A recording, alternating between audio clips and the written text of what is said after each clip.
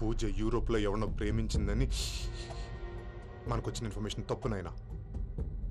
పూజ ప్రేమించింది ఎవరినో కాదు, ఆ వెంకీగాడినే.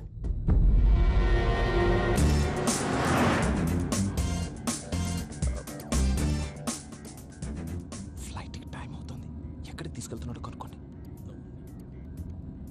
ఎక్కడికి తీసుకెళ్తున్నావు? చెప్తాను కదా.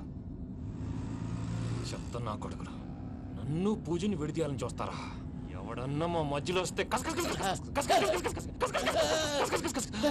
ఓ Venky Venky cool cool cool, take it easy take it easy take it relax. ఇప్పుడు దాకా నా వైలెంట్ యాంగిల్ చూశారు, ఇప్పుడు నా ఫ్యామిలీ యాంగిల్ చూస్తారు. రండి. అయితే చూడ ముచ్చటగా ఉన్నది. Made for each other. ఈ పిల్ల మన వెంకన్న కోసమే పుట్టినట్టుంది. మా వెంకన్న ఉట్టి బుద్ధవతారం. ముద్దు ముచ్చట ముందుగా నువ్వే షురు చేయాలి. ఏంటి వీళ్ళు?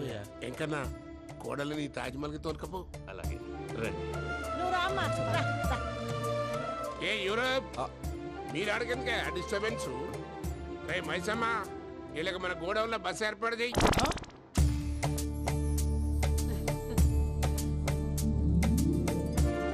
ఇగో కుడి కాలు ముంగట పెట్టి రామ్మా. రామ్మా, పిల్ల సిగ్గుపడుతున్నది.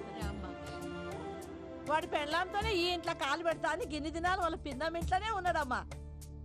ఓ వెంకన్న, నీ పెళ్ళానికి ఇల్లంతా చూపియా రాదు? పూజ గారు, మీరు ఇంట్లో అడుగు పెట్టగానే నాకు ప్రపంచాన్ని జయించినట్టు అనిపిస్తుంది. ఇదంతా వెంకటేశ్వర స్వామి బ్లెస్సింగ్స్. నేను కోరుకున్నట్టే మన ఇద్దరిని కలిపాడు.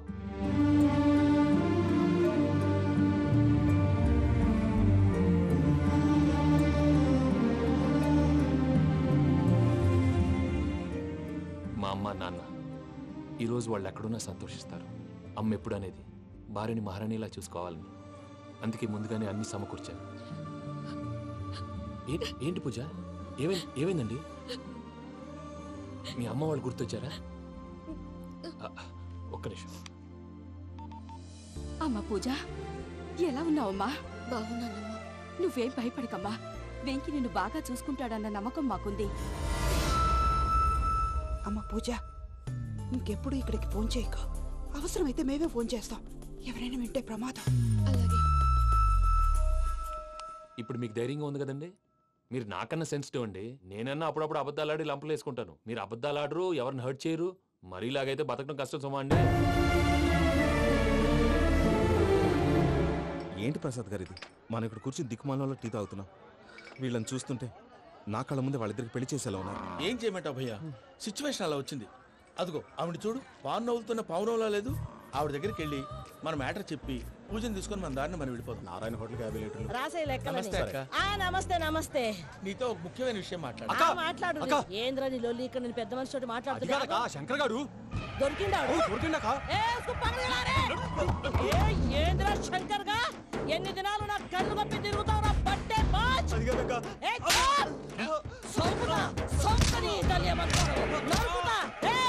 నువ్వు నీ చెల్లెలు కలిసి మా పిల్లగాని దవాఖాన పాలు చేయలే.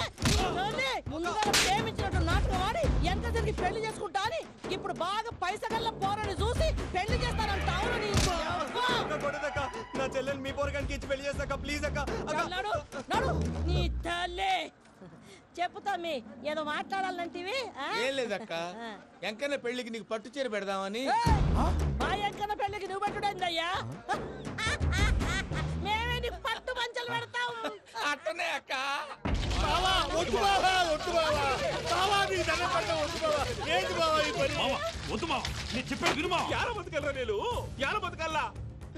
రాత్రి నా కొడుకు కల్లోకి వచ్చి యాడో రోడ్డు మీద ఉండాల్సిన వాళ్ళను ఇంట్లోకి తీసుకొస్తే నా బిడ్డను రోడ్డు బాగా చేస్తారా అని నన్ను నిలదీసి అడిగినాడు.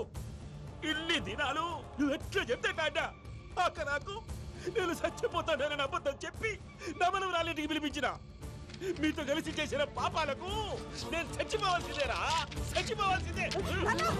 మామ, నేను చెప్పండి, పూజ ఎవరినైతే ఇష్టపడినాదో వాడికే ఇచ్చి పెళ్లి చేద్దాం. ఎట్లా చేస్తావురా? అది ఆడుందో ఎట్లుందో? మామయ్య, పూజ ఎక్కడుందో మాకు తెలుసు. మీ అందరికీ గుడ్ న్యూస్. పూజ వాళ్ళ అమ్మగారు ఫోన్ చేశారు, ఇంట్లో వాళ్ళందరూ పెళ్లి కొప్పుకున్నారంట. వెంటనే వచ్చేయమన్నారు. పెళ్లి కొప్పుకున్నారా? రిక్వెస్ట్ ఏంటి? ఒప్పుకోకేం చేస్తారా? నీ అసంటి బంగారాన్ని ఎవరన్నా వదులుకుంటారు? నాదే ఉంది బాబాయ్, క్రెడిట్ అంతా ఆయనదే. ఆయన ఎవరు? ఇంకెవరు? నమో వెంకటేశ.